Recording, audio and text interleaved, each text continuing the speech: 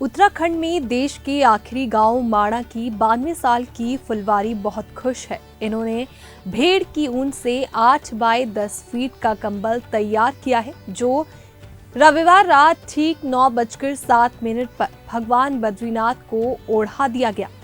इसी के साथ बद्रीनाथ धाम के कपाट शीतकाल के लिए बंद हो गए हैं। फुलवारी उस माणा महिला समूह की सदस्य है जिसने चंद घंटों में सुबह ही कंबल तैयार किया था। जिस वक्त भगवान को शुद्ध घी में सना कंबल ओढ़ाया गया, फुलवारी वहीं मौजूद थी। रात में 3 डिग्री तापमान और अलकनंदा के किनारे 7 से 8 हजार श्रद्धालु कपाट बंद होने की इस भावुक प्रक्रिया के साक्षी बने। वैसे कपाट बंद होने की प्रक्रिया 5 दिन पहले ही शुरू हो गई थी। श्री बद्रीश पंडा पंचायत के कोषाध्यक्ष अशोक टोडरिया ने बताया कि 13 नवंबर को बद्रीनाथ धाम परिसर में 13 नवंबर को बद्रीनाथ धाम परिसर में मौजूद गणेश मंदिर तो 14 को आदि केदारेश्वर और शंकराचार्य मंदिर के कपाट बंद हुए। 15 को बद्रीनाथ जी के गर्भगृह में वेद पुस्तकों का पूजन हुआ। 16 नवंबर को माता महालक्ष्मी को निमंत्रण दिया गया ताकि वो शीतकाल के 6 महीने बद्रीनाथ जी के साथ गर्भगृह में वास करें। इस दौरान भगवान गणेश भी गर्भगृह में रहेंगे।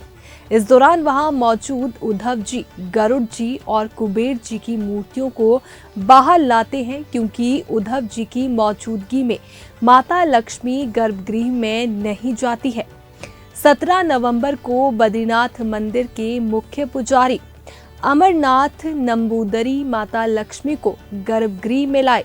ये प्रक्रिया बहुत ही रोचक होती है, क्योंकि रावल ब्रह्म मुहूर्त में पंच स्नान करने के बाद साड़ी, नथ, गहने पहनकर सखी रूप में माता लक्ष्मी के मंदिर जाते हैं।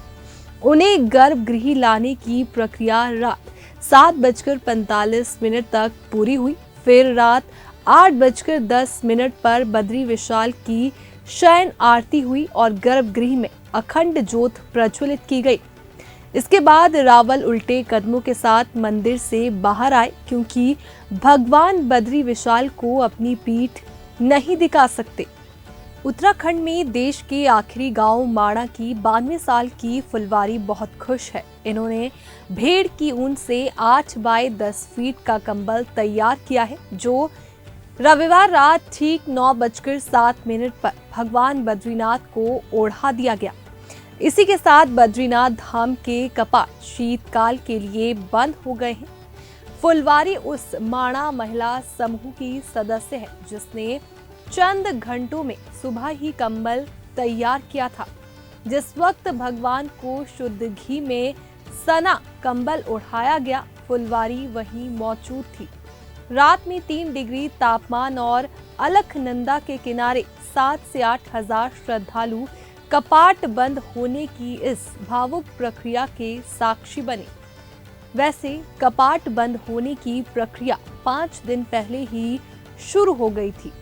श्री बद्रीश पंडा पंचायत के कोषाध्यक्ष अशोक टोडरिया ने बताया कि 13 नवंबर को बद्रीनाथ धाम परिसर में 13 नवंबर को बद्रीनाथ धाम परिसर में मौजूद गणेश मंदिर तो 14 को आदि केदारेश्वर और शंकराचार्य मंदिर के कपाट बंद हुए।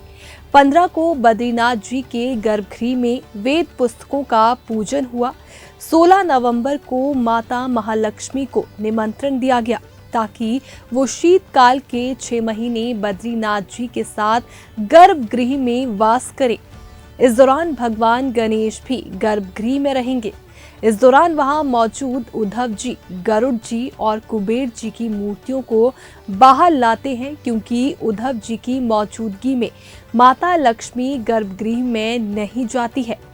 17 नवंबर को बद्रीनाथ मंदिर के मुख्य पुजारी अमरनाथ नंबूदरी माता लक्ष्मी को गर्भगृह में लाए।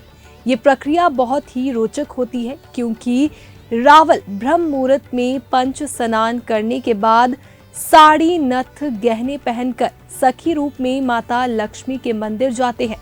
उन्हें गर्भगृह लाने की प्रक्रिया रात 7:45 तक पूरी हुई। फिर रात 8:10 पर बद्री विशाल की शयन आरती हुई और गर्भगृह में अखंड ज्योत प्रज्वलित की गई। इसके बाद रावल उल्टे कदमों के साथ मंदिर से बाहर आए, क्योंकि भगवान बद्री विशाल को अपनी पीठ नहीं दिखा सकते।